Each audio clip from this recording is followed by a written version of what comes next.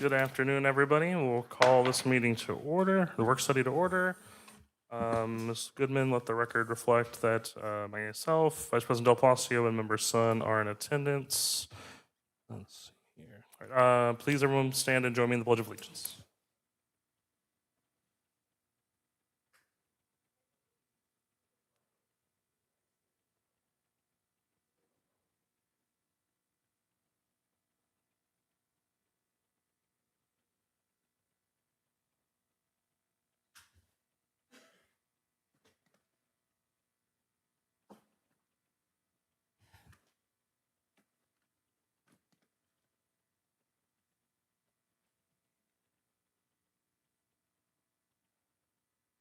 Thank you, everybody.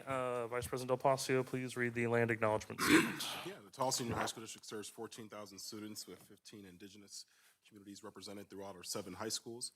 The Tolleson Senior High School District Governing Board would like to acknowledge the traditional custodians of this land, Akamel Otham Pima and Peepaw Maricopa peoples, and pay our respect to their elders past, present, and emerging. Sure can. Is that better for you? All right, fantastic. I will. The Tolleson Senior High School District serves 14,000 students with 15 indigenous communities represented throughout our 7 high schools. The Tolleson Senior High School District Governing Board would like to acknowledge the traditional custodians of this land, the Akamel Otham Pima and Peepaw Maricopa peoples, and pay our respects to their elders past, present, and emerging.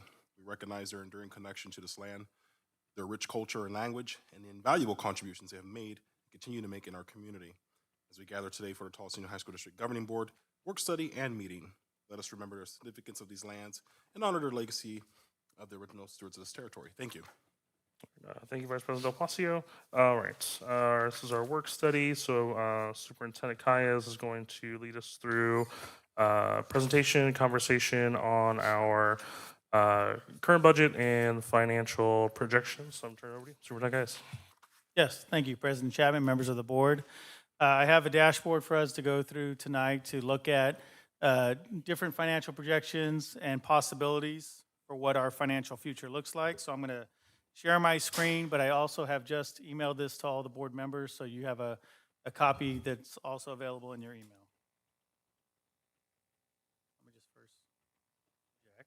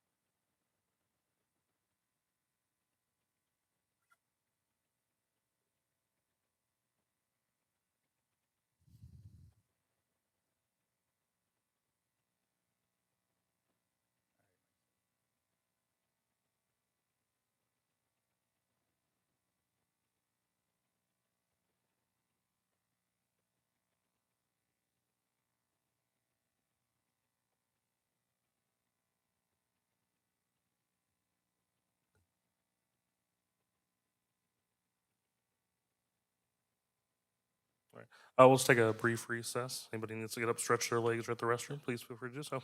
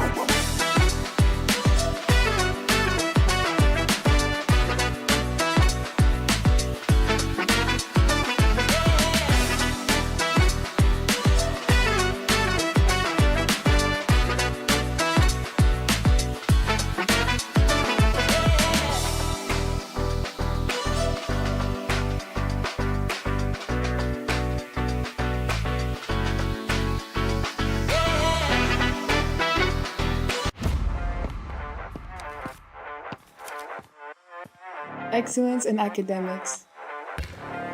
Reconvene the work study. Please go ahead. It appears it didn't like my laptop for projecting. Got Stevens. So this scenario right here represents our enrollment projections. It has projected compensation increases. It has a history of our finances, showing revenues and expenditures. On the right-hand side where you see the bar graph, that is our budget balance carry forwards, both past and projected. It shows our maintenance and operations budget balance carry forward in blue. It shows our capital fund budget balance carry forward in orange. And you can see that history since 2020. The line chart also is then just graphing out revenues and expenses. So you can see the years when our revenues have outpaced expenses, and conversely, when expenses have outpaced revenues. Everything on the top is customizable, and it'll update all the graphs on the bottom. So if we adjust any of the enrollment projections, or if we make changes to when the next bond or override is expected to pass, then it'll update all the information on the bottom. What you can see in this bar graph is that with a bond and override being passed in 2026, our budget balances are brought down and leveled out, looking all the way out to 2031, and that's assuming the compensation increases and the enrollment projections that are put into this model. On the next tab, you can see the planned adjustments that are also impacting those numbers. We have the Isaac repayment, and so those impact revenues. Just how when we see this spike in expenses, that is the Isaac leaseback deal being expensed out. So you see that elevation in expenses. But then you see these upticks in revenue that are related to the repayment of the Isaac leaseback arrangement. With the Isaac leaseback arrangement, it had steady payments that were encompassed throughout the 5 years with a balloon payment in the 5th year. However, Isaac had a bond approved for $10 million that they're anticipating sending over as an acceleration of their repayment, so that way they can forego some of the interest cost. And that's why you see the $11 million projected in 2027, because we expect that payment to come in around the August timeframe, which will be in our fiscal year 27 year. If and when that payment comes in, we then adjust the amortization schedule for Isaac, and the balloon payment in 2030 then is significantly smaller at the $9.1 million. Additionally, the amount of interest that would be received from Isaac would then be just over $4.7 million. So the $25 million arrangement would yield the district $4.7 million in interest, in addition to the repayment of the principal of the $25 million over this 5-year period, with the assumption of the accelerated payment of $10 million. The affordable housing deal that we originally had slated as starting now, but was pushed back when the city of Tolleson didn't do the rezoning, is still here on the chart, but now it's pushed back several years with the expectation that it would take that long to be able to restart that negotiation with another company doing a similar project, whether it is on the existing land or an exchanged parcel, if we had to exchange out of the parcel and do that over in another jurisdiction. So that's pushed all the way back out to 2029. Those are the assumptions that are loaded into this dashboard. All of the assumptions, again, are customizable. So for instance, let's say if we wanted to look at, well, what happens if the override does not pass in 2026? You could see that then we would have to make cuts because by the year 2028, the district would be negative. So we'd have to talk about what those cuts would look like to our budget.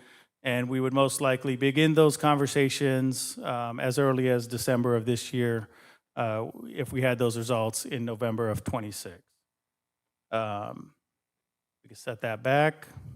You could take it out multiple years and see what the picture changes to.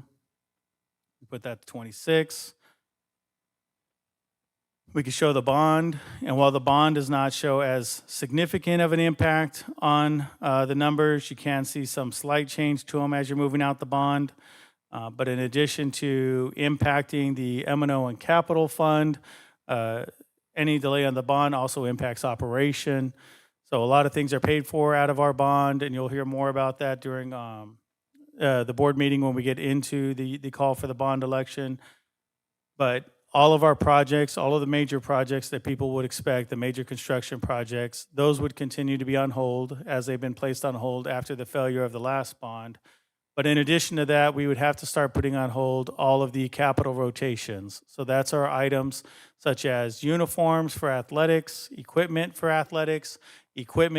band, PVA, all of the golf carts, everything that we currently buy out of bond that is on a rotation, that when they hit their lifespan that they're replaced, those items would continue to go on pause until another bond is passed. Additionally, there will be some capital costs that have to be absorbed somewhere, and so that's why you do see an impact on the capital budgets, because without a bond picking up those costs would have to shift over into our other capital funds. So you have those two different scenarios. Again, you could ask, well, what if enrollment completely bounces back from the loss we just had, or what if enrollment with the construction of the Alomar development picks up more significantly than what's being used in this projection? You can see where we're at if there's a 5% increase in 26, 27 enrollment as opposed to the 3.5%. So you could take that as far out as 10% if you wanted to and see what would happen with a 10% increase. If you wanted to see a 10% reduction in enrollment, then that's what a 10% reduction in enrollment would look like. So again, the dashboard will allow you to evaluate numerous scenarios, but it's preloaded with the scenario that I viewed as the highest probability. So you have 3.5% increase on enrollment for the next 2 years, and then 3% for the next 3 years after that. But you could change that to anything else you want. You also have inflation projections. Changing on inflation projections can impact both revenue and expenditures. In Arizona, districts receive the greater or the lesser of 2% or actual inflation. So when inflation is north of 2%, we receive 2% as our increase. But if inflation is less than 2%, which it's been a long time since we've seen inflation below 2%, but when inflation is less than 2%, then the legislature can elect to give us that lower number as opposed to giving us a 2% increase. So you can change these inflation numbers and see how that would impact both revenues and expenditures. So let's say if inflation was, we'll go to 1%, then you can see those shifts.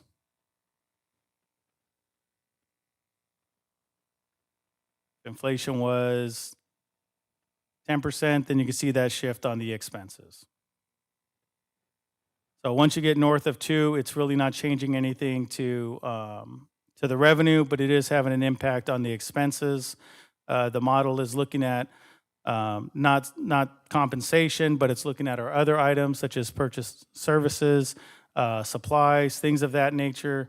It's looking at items that would be impacted by inflation and projecting out how that would impact those different costs when you change the inflation number. You could look at different compensation models, either a flat dollar for all employees or a percentage for all employees. And let's say if next year we came back and we were doing a 10% raise, you could see what that impact would be even with the bond and the override passing.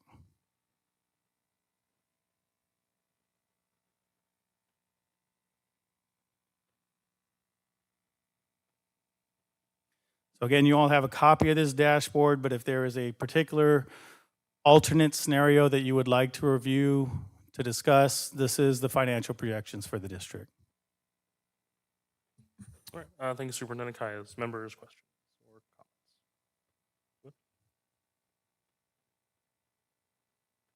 comments? Thank you for the data. It's limited in its scope of what we need to see overall to project the success of the bond and its amount. I think the scenario, we're not going to disagree. The inflation, the enrollment, the potential of not passing the bonds, all that, it's agreed. Like, that's the reality. The problem that I have with this data is the assumption. We are assuming based on what? Knowing what the community is going through, have we done a survey to the community? I had members of the community as well as from the district. For those that have spoken to me, I promise that it will stay confidential for eternity. And the feedback that I got from classified, certified, campuses, admins, district staffs that are living in this district are not in favor. Maybe 20% are in favor. And, that goes to my heart. I appreciate that. But I also have to respect those voices that don't agree with this. If you look at our feeder schools coming in, which is our biggest enrollment, obviously, they themselves are suffering low enrollment. Pendergast, Littleton in particular. We have Fowler, Tolleson, and Union that are now showing decrease in the red in enrollment. Those are their datas. Their proficiency is lower than ours. We know that once they hit high school, Tolleson Union High School, we do a phenomenal job in educating them from where they came from. But we still need a community collaboration. I would like to see numbers that has shown before, like 2025, 2024, so that we can see a trend. We can't assume going to the future what the enrollment is, which is around 3% increase, which I'm like, who says? When we just received a 2.9 negative just this year. So I don't believe in that projection. Is that from a third party, or did that just came out of your pillow? Where did it came from?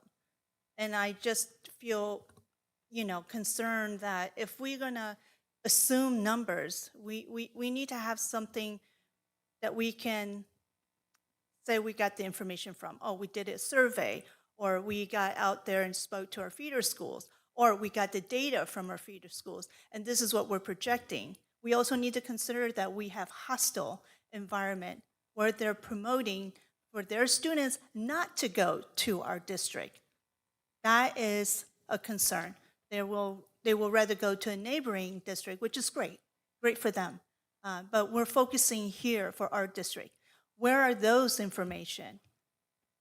We need to know every data that is affecting our enrollment, and that's not being reflected here today. It's all based on assumption. In your own words, we know that this bond doesn't pass. It's a given. It's going to be in the negative. Can we be a little bit more strategic in what we're asking in the amount? Can we be a little bit more considerate? Can we maybe take one for the team? The opposition and whatever who don't care for it will be out there. No one's going to win this. Okay, so just real No, quick, I'm kinda not with done. this, I we're understand, on but the if you could let me financial finish it. projections. I We am can't be talking about the talking financial projection where I'm You're seeing the talking numbers about the not bond coming election, from. and that is And, different. So and you what we're basing need to on stay this track. is basing on the bonds for not passing. So if the Yes. bond is not passing, this is what we're going to see. We're not going to be able to maintain the raises that was given and the previous raises that was given in the previous one. Because we're going to hit, and we have to have that discussion this summer after this bond fails. I mean, we're putting ourselves in this situation. We could have avoided this situation.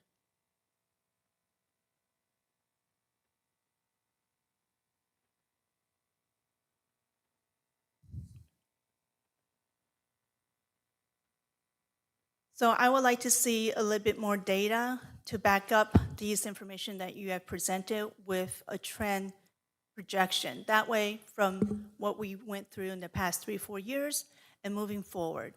Now, this data that we're seeing before us, if not, it just creates a frenzy, a feeding frenzy. Oh, a Christmas list. Yes, I love it. I love the list. I saw it, like what we're gonna get if, but that's a big if. That if we need to be a little bit more strategic, a little bit more considerate, and a little bit more database.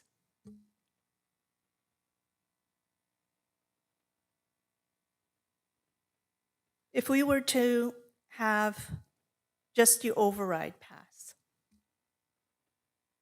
would that allow the district to hold the line in terms of maintaining staff? So, Member Sun, I'll respond to both questions. Your first one being, where did the enrollment projections come from? As a reminder for the board, Applied Economics conducted our demographic study. That information was then used when I went to go discuss with the School Facilities Board our enrollment projections compared to their demographers' enrollment projections, who was with ASU. In both cases, whether you're using the Applied Economics study or the study by ASU, they both landed relatively in the same spot around 2027-2028. The difference on the two projections was what was going to happen for this past year, where the ASU study did show their anticipation for a mild or no increase on our student enrollment, but eventually our enrollment going up significantly, whereas the Applied Economics showed more steady growth in the enrollment. But by the time we got to 2027 and 2028, we were landing on relatively the same enrollment projection numbers. I do which- have a question on that. So is that based on our 8th school? That's how we qualified for our 8th school. No, I understand. So once we have the 8th school coming in with the only 2 grades being applied, are we using that number for enrollment? Because we need to think about per student, okay, ADM, and how we can maintain staff. I get what you're saying, but I want to be transparent and be clear that these numbers, in terms of increased enrollment, is added on with the new school, the 8th school, with the 1st grade open, going into 27-28. So the Applied Economics data and the ASU data did not look at the opening of the school. What they looked at was closing on homes and how fast homes are closing. The difference is that ASU relies heavily on home closings as opposed to the Applied Economics scenarios that are mostly based on permitting data. So in both cases, they're looking at the number of houses that are coming to the district's neighborhoods and then applying a number that they believe of high school students that would be generated per house that is coming to the district. So they both have completely different models. In both of their models, by the time you get to the year 2027 or 2028, they are landing on the same number of students who would be attending the district, whether that is in 8 schools, 7 schools, 10 schools. The number of schools didn't impact the number of students that they were projecting to be inside the district's area. So that's what they were using for their information. They did take, Applied Economics especially, did take feeder district information. Even with the ASU study, they did look at cohort information to look at what students in grades K through 8 currently live in the district that would matriculate up to those levels. In the ASU study, though, it was completely ignoring charter K-8 data, whereas the Applied Economics model had a little bit more acknowledgement of the charter K-8 students that are present that also would potentially be coming to the district. Just because you attended a charter school for K-8 doesn't necessarily mean that you're going to continue at a different charter school for 9-12. So Applied Economics did put some of that into their model. But again, the enrollment projections, if you wanted to say, I completely disagree with all of them, and I actually think we're going to drop by 10% in enrollment next year, you could do that, and you would have the financial projections to go along with that assumption. So These are all based on work that has been done by others and then put back to you here in a dashboard. But if you have a different opinion, you are more than welcome to plug that into this dashboard. We could walk through a different scenario of, but what if the district declined by 10% in enrollment next year? That is that model for you, that we would be okay for the 27 year, we would have significant issues going forward thereafter, and we would have to look at what we're cutting to then manage that drop in enrollment. So this dashboard allows you to evaluate all those different scenarios. When you look at our community, Tolleson Union High School District, there is only one area that is in growth, and that is the LMR community. No other area in our district is in growth. If not, they are in decrease.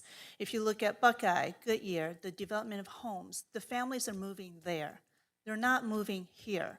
With 5 feeder schools with a C average, we have a D plus C minus for Fowler. We have Tolleson Union that is at a C or C minus, Littleton that's at a C plus B minus, and then Pendergast at a C. On average, the feeder schools are at a C. They're not coming into even our feeder schools, let alone coming into our district. And with a hostile environment, it's not going to get any better if we get this thing resolved.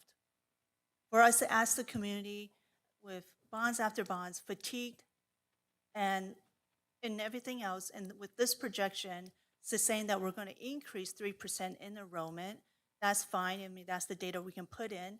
And then if we consider all the factors in, the only effect it's going to have is in that own little tiny area is LMR, which is projected to have more homes, in the next 4 to 6 years. We know that number. That's already a given. We're looking at 5 feeder schools. LMR is only a fraction of Littleton Elementary feeder school. Percentage-wise, the impact isn't that great to compensate all the losses elsewhere. That data is out there, and it's accurate because it's in their feeder school data. So I'm looking at that data, then I'm looking at the enrollment that is outside of the border. It's not just charter schools. They're moving into other districts for enrollment. When you go to the doors and when you talk to these families, they're not coming into the feeder schools. They're not coming into our high school, regardless what the reason may be. And there's a percentage of that. I don't know if that's being captured, but our enrollment right now is low, right there. Is that the current one for 2025, 26? Yes, Member Sun, it reflects the current 25, 26 enrollment. But just to make a point on the Alomar comment, Alomar is the most significant new housing development within the district. However, it is not the only new housing development within the district. Taylor Morrison has a very significant development going on over there in the Westview boundary over there by Indian School. Stonehaven is still building out. They're not fully phased out right there across the street from Copper Canyon. We have several infill projects. We have Tres Rios. So there's significant growth throughout the district with new home construction. And really the only thing that's pushing that to go slower than originally anticipated is interest rates. So with mortgage rates moving north of 6.5, a lot of these developers have moved into doing multiple phases as opposed to what we saw during the 2005, 2007 timeframe where developers are trying to complete their developments as quick as possible, sell as quick as possible. Now you see more phasing, and there's other things that have been put into place that also causes our developers to have to do their progressions of their neighborhoods and phasing as opposed to trying to hurry up and build and get it all sold. And as you know, all these developers that you mentioned combined doesn't even come into comparison to the potential of Alomar. So once again, I understand the data that you're presenting, but I don't feel like these are the realistic, projection moving forward. Now, there's a caveat where we can input and then to see what happens, but it's not going to be consistently a 3% increase. If that's the data you want to share with us, It's customizable, Member Sun. If you want me to load an alternate projection, just tell me the numbers. I'll load it right now. You can see what that impact looks like.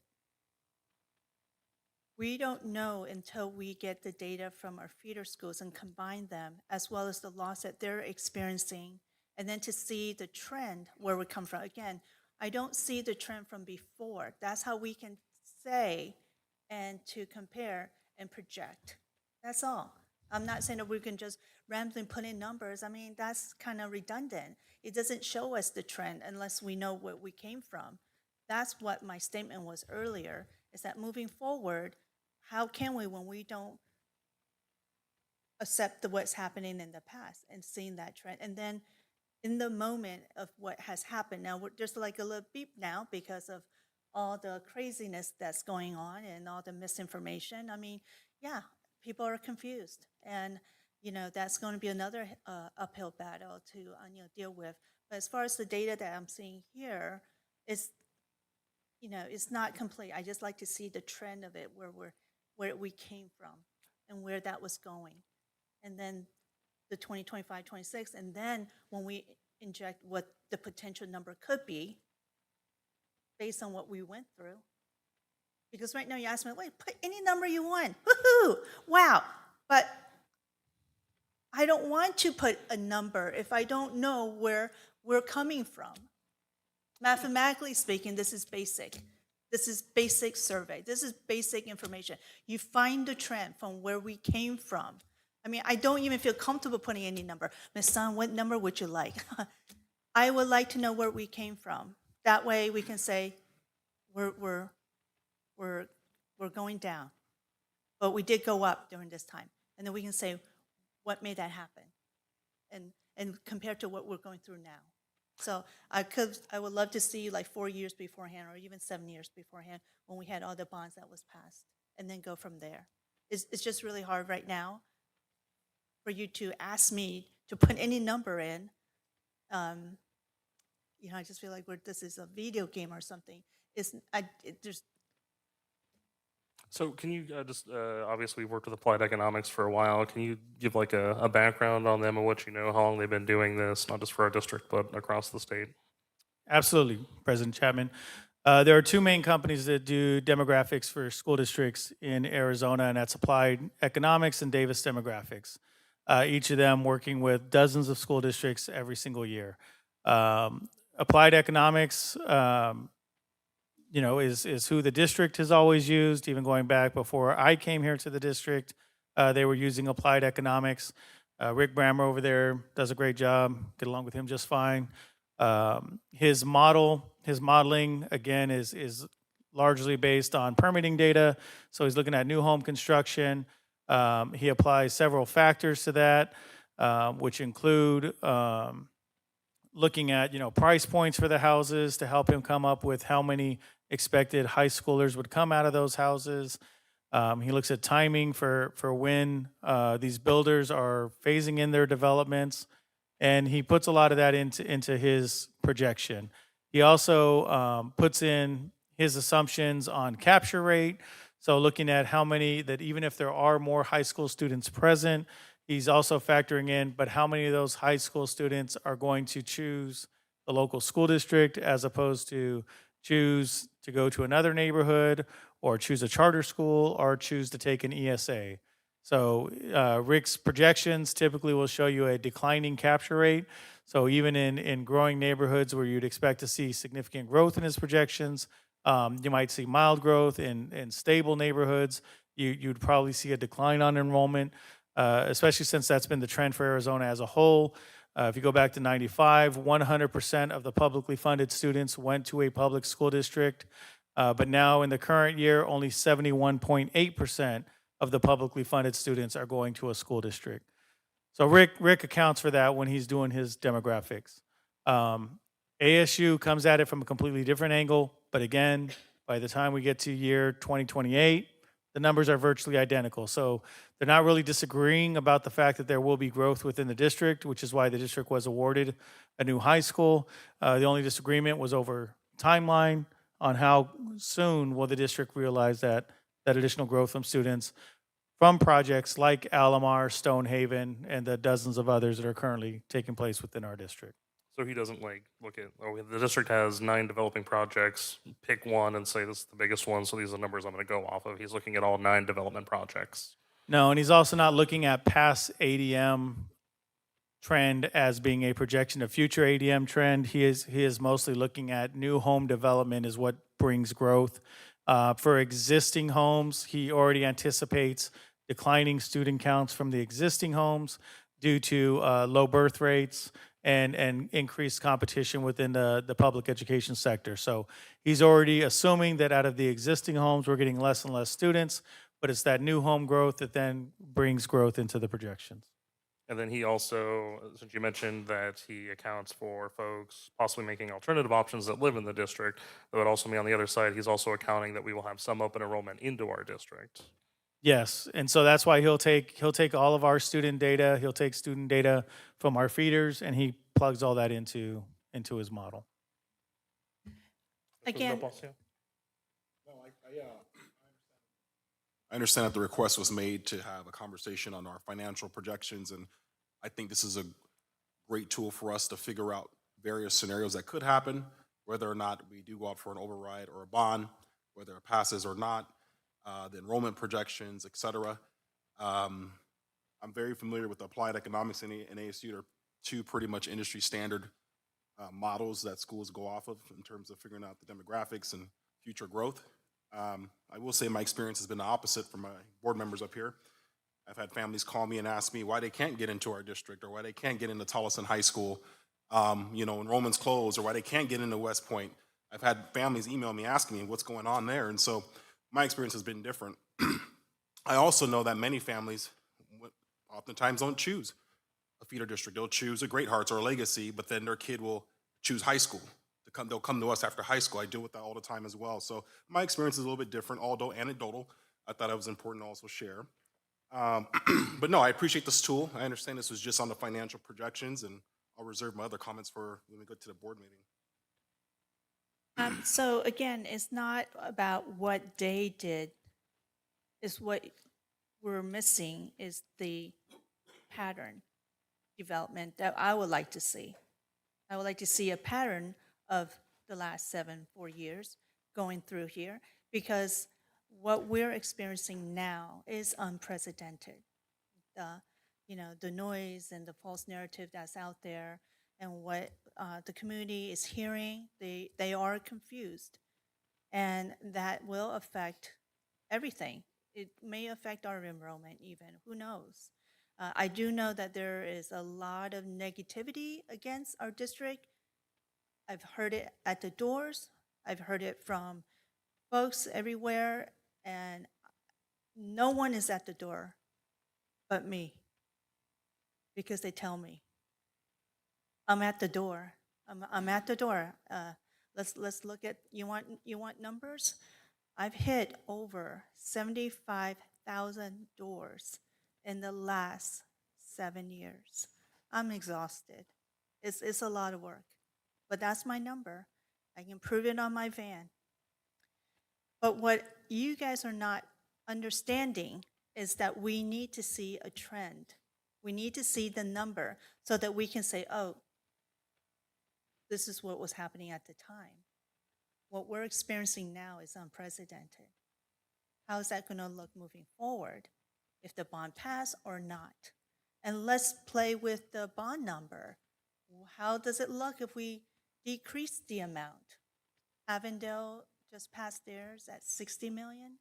Littleton passed it at 95 million, which is equivalent to 500 million if we were to look at areas. And now we're passing and asking. I mean, I would like to see those numbers and to say, what is the probability of having them pass? And then the enrollment, to see the trend coming to the present and then project. Again, I'm not questioning the great work of ASU and Rick. You guys, this is great. I'm questioning what we've been asking them to do. It's limited. I think they could give us even more if we could see a trend. You're saying that ADM doesn't matter from the past? It does make a difference when we're trying to figure out what the projection is. When we project, we got to go from where we came from. Okay, that's basic economics. All right, it's basic. So that's what I'm saying.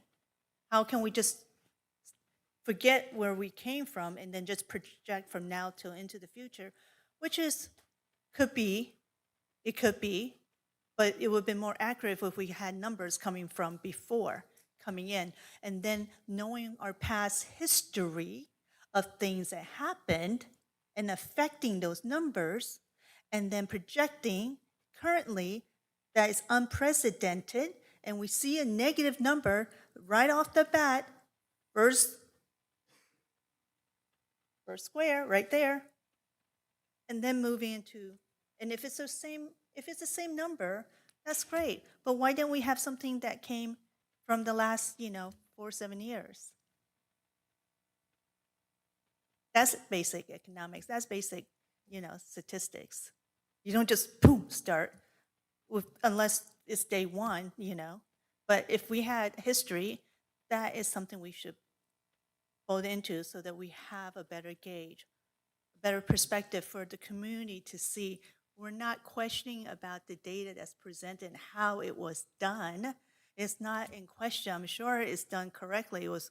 I'm sure the numbers there and the parameters that they use, but I'm just saying now with the current negative, it's unprecedented.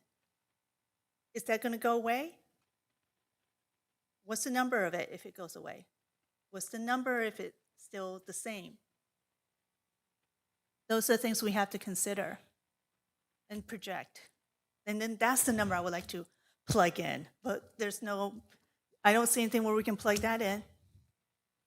Yes, so Member Sun, you can change any of these numbers. So if you wanted to say a 2.9% increase after a 2.9% decrease, which is not the same raw number because it's on a different denominator, but still, you could do a 2.9, you could see what the impact is. In regards to having a history, you do have a history because this is going back to 2020. It shows you revenues and expenses back to 2020. And, as most people know, most of our revenue is based on enrollment. So you can see that when you plug in a 10% decrease, you see how horrible our numbers become in the future versus if you said next year was going to be a 10% increase, how much better our financial projections look with a 10% increase in enrollment. So all of these bars here from 2020, 2021, 22, 23, 24, 25, those 6 years right there are already showing you the history of our enrollment as well as 26. So you have 7 years of the history of our enrollment built into this when you look at what the history has been on the revenues during those previous years. And in regards to the demographers, I didn't say that ADM doesn't matter, but their way of looking at it is not so much looking at the total number. They are doing a cohort analysis. So if you have know what? 1,000, Can we have someone to come up and explain this instead of our superintendent? Like, can we have the consulting people come up and then just have a chat? so Member Sun, I built this, so no, there's nobody else that can explain this. I put all this data together. No one. Okay, we're not going to engage in that. I think that this is capturing previous data and current data and making projections. I think what I hear being asked for is, can a demographer go door to door and ask a bunch of political questions about how people feel and whether they would move into the community or not? I don't believe that's the work that a demographer typically does. That's a political campaign. That's generally what they would do. But even in spite of that, obviously we're still seeing, upticks in enrollment, folks moving in, developments going up, the West Valley is growing, particularly our district. I mean, you can pretty much drive from here down 99th all the way to Glendale and see housing and apartments being built just on that street. So there is growth. And what I appreciate is they factor in for folks choosing to stay in their local community school districts or taking advantage of other opportunities, including going to a neighbor district. Again, I guess, is there a formula out there that gets to 100% answer on what is going to happen next year? No, that's a crystal ball and nobody has that. So I appreciate where the budget projections are going. I think this is using the best available have a real data that question. we do have and that has been historically happening in this district. So okay, maybe I'm assuming this wrong, but I thought this was done by a consulting, and now you're saying that you cherry picked the data? Member Sun, President Chapman did not say I cherry-picked the data. I said I built this dashboard. As the board is well aware, I consult for districts all over the state. I've done this dashboard for dozens of other districts. I've done this presentation for dozens of other districts. I put the dashboard together. The data is our real data. So it uses our expense and revenue data going back to 2020, which means I had to go back and pull all that data and load that data into this dashboard to be able to give you that historical context. I then built the formulas around enrollment projections showing a 2% base level increase when inflation Okay, is I north of 2%. got it. You built this. My question is, we started this conversation assuming that this is coming from a consulting, ASU, and then Ricky, whoever he is, that did this work. So you're saying now you did the work. I just want to make clear where this information, did this come from you, our superintendent? Did it come from you only? Or did you get the data from So again, consulting? the enrollment projections, which is one metric in this dashboard, is based on applied economics, school facilities board using ASU, right? So our enrollment projections being influenced by those. You asked about where the enrollment projections coming from. We have data from applied economics. We had a demographic study conducted. We have ASU data. So we have their projections on where enrollment growth is going to be. Everything else containing in this dashboard, the entering of our expenses and revenues since 2020. Okay, That came from me. Superintendent Gaius, The okay. inflation I'm not projections questioning are in the about the dashboard. data that you have done before, and that you've done this before, and that this is you've done, and you know how to do this. Tolleson Union High School District is different from other districts. What we have experienced is unprecedented. Okay, we're talking about at the ledge, at the community level, district level, and our feeder school is unprecedented. Okay, no district is going through what we went through. No district did what we did either.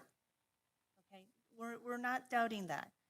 You're going by the status quo like nothing ever happened.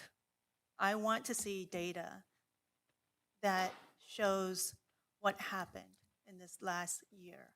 The bond that did not pass, the unprecedented environment that we were put through. You went by status quo from what you've done before over and over and over and over again, which I'm not questioning. I'm not doubting your methodology. I'm not questioning your ability or your expertise, but what we went through and customized, tailored for us, that's not the number. People, this is not the number. This is status quo. We're not status quo. How is this status quo? Like, can you explain The it? status quo is that, yeah, our bond is consistently decreasing, but we're still managing to pass. We don't have opposition and misinformation going out there and confusing our community. Well, yeah, well, right now that's not helping either. But the data Okay, in so the dashboard. you just asked me a question, so I'm well, yeah. answering it. So if you let me Oh, finish, and get to then it. we'll just go forward with your comments. I understand what you guys are trying to do. What I'm saying to you guys, okay, my fellow board members, Superintendent Gaius, this number is status quo. We need to now figure out how we can put numbers in that shows what happened and what could happen. And moving forward with what happened to us that is unprecedented. Okay? Those things, those caveats had to be involved.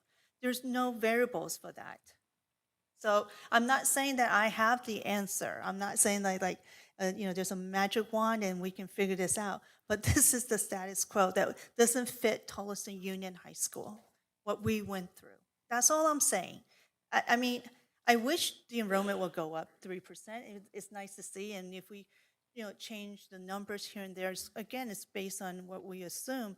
But now that we know that our feeder schools are Yes, so decreasing. Member Sun, to that effect, if you wanted to assume that enrollment is going to go down by 10% every year and we will not pass another bond and override till 2032, you could do that in this model. The model allows for any other assumption that you want to put in. The model is preloaded with the assumptions based on data that we actually have from, yes, a demographer, from ASU, from SFB, from information that we actually have and can do projections on. So here's the thing. But is if that you the wanted to assume an demographer- alternate model, No, you so could here's the assume an thing is that alternate model. we don't have that answer because we never seeked for it. And no that's one the will. question. No, we can. As a district, we can. There's a way of doing it. We can reach out to vendors or firms and whatever that can help us to get this information, to get a clearer picture so that we can safeguard our staffs, our teachers, and everyone moving forward because they are the front line for our students and their enrollment and their performance means everything, right? We're going to try to increase the proficiency in reading and writing and everything. You know, this is a cascade effect. No one is an island to themselves. We are all connected, whether we like it or not. And we need to start thinking about what we can do moving forward with actual data. We need to collect that data now. So surveys would have been a great way to start. If not, start with our own district that are living in our district and see how they feel. Those are simple questions that we can do on a survey. And of course, it will be anonymous. Vice President Del Pasio. I had some comments, but I kind of lost my train of thought, getting lost in what was being shared.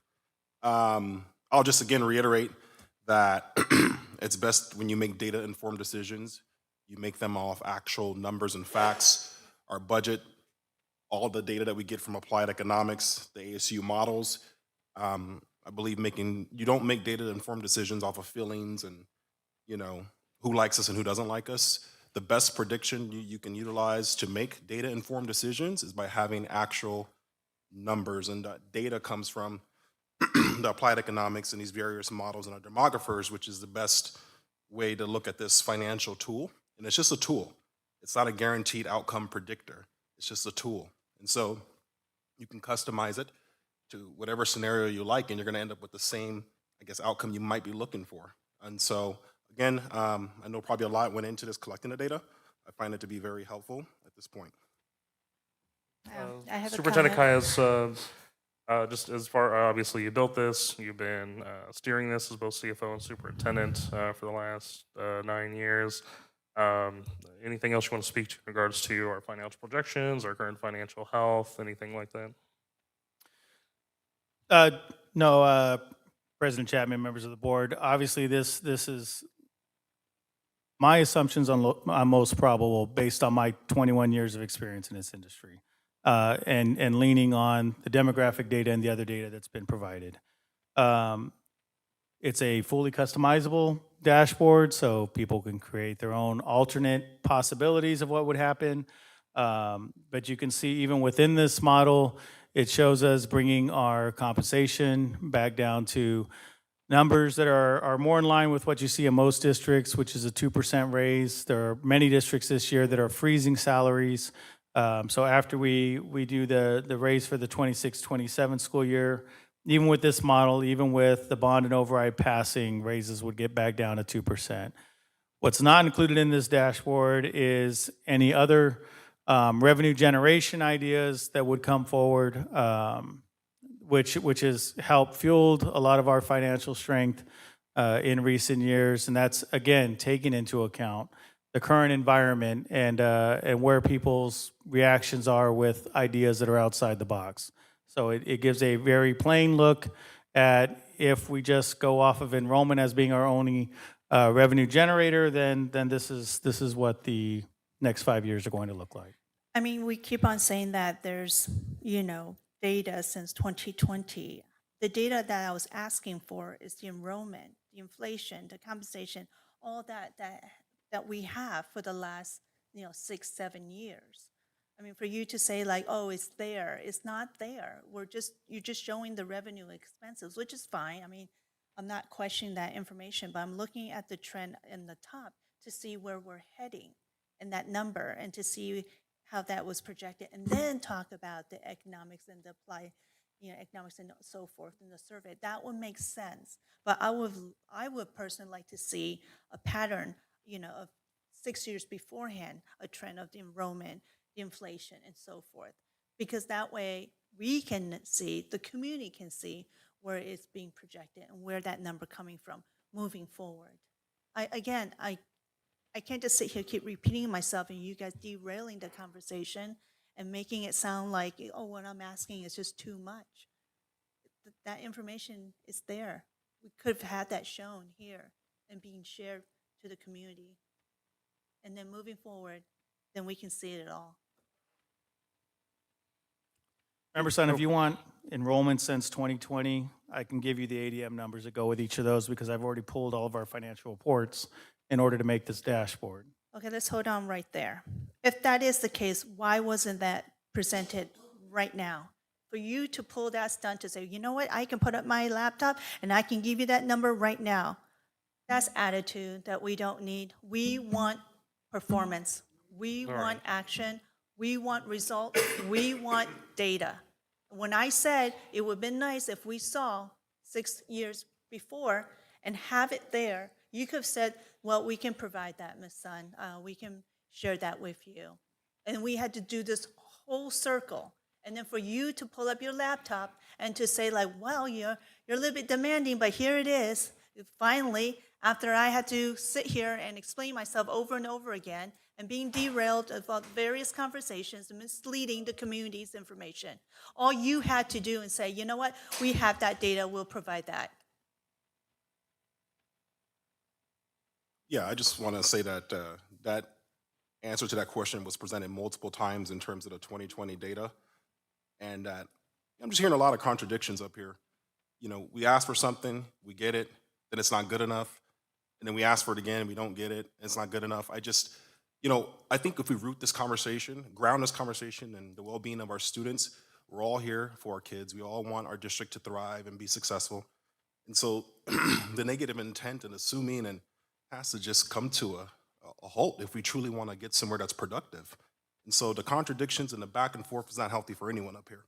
But I will say that anytime we ask for something and it's presented, I don't think it's a bad thing. You're getting what we want out of our superintendent. He's being transparent and giving you what you want, even though we went and had almost a conversation for an hour about data that's right in front of you. So I guess I just want to ground our conversation, sort of have a reset, if you will, when it comes to how we treat each other and our staff.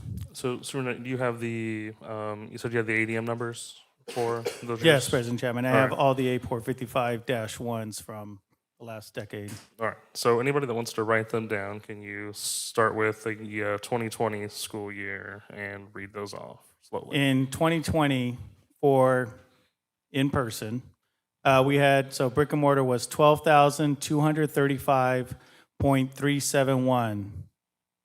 Now, back in 2020, we were still operating our online school.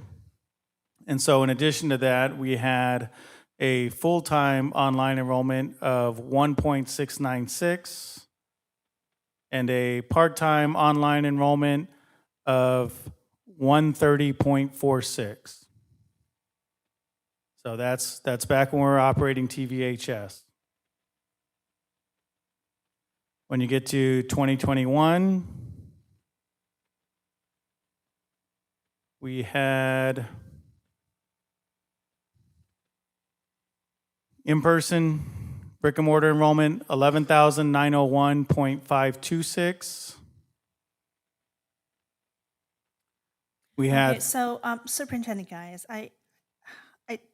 again, when the board member asks for anything, it's not for ourselves. We can get it and we know.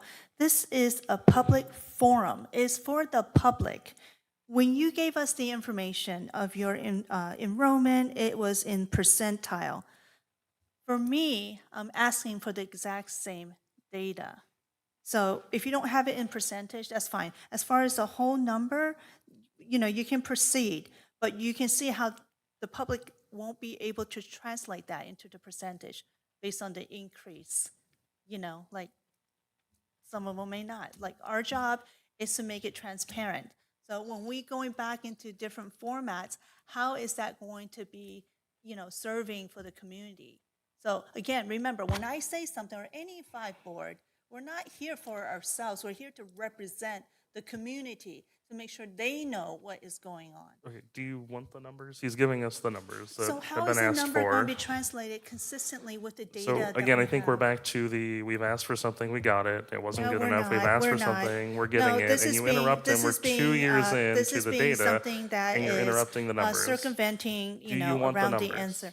The number is not in percentile, which is being shown on the data. You can't see Again, if the student enrollment is growing or declining year to year if he gives you all the student numbers. we know that it has been increasing. We're talking about the enrollment going here to the current time on the graph, which is in Okay, percentile. and then if we got the student numbers, So we if could we get to look that at point the after. percent, no, so if you go from one year to another, that's the percentage, the increase percentage. Okay. Then the next year and the next year, you get the percentage. But we have to get those numbers And then- first. right, Which so is what he's to- trying to read to us. No, I understand that, but if that is the case, then that number should have been figured out before giving us the number, because I'm looking at the same format of the 4 to 7 years before, starting right there at 25, 26, which went into the negative. So I know that we didn't go negative before, but I'm trying to get the Yes, we did. community- That's what I'm just reading to you right No, now. no, I'm He's saying that trying the to go over there. community. This is Oh my gosh. projections. Can you just let me finish? for I mean, I was God's trying to let sakes? him finish because you Can asked you for the let me numbers, finish? and he was It trying to give doesn't us the matter numbers. if you don't agree or I- disagree. It's that I'm I'm trying to asking get the the numbers you question. asked for. Well, if you stop interrupting and engaging interrupted him me and first. disrailing, because we want it in the percentage. So, guys, Okay. are you giving us these numbers and then translating them into percentage, or do you already have those percentage numbers? And those are the numbers I'm asking, is it in percentage? If you don't have them and you need the number to do the math quickly, then say so. Or do you have the percentage? Because that's the number that I would like to have. Member Sun, I do not have the percentage as something I could quickly reference, but it would not take me that long to calculate a percentage from year to year on these numbers. However, when you stated earlier that you asked for something, you didn't get it, what you had asked for and what you requested was a financial projection. You did not request an enrollment history with a percentage change in enrollment from year to year since 2020. Had that been contained in the request, that is what you would be presented here tonight. But when you ask for a financial projection, I give you a financial projection. A lot of that is based on revenue and expenditures. Revenue and expenditures are heavily tied to enrollment numbers.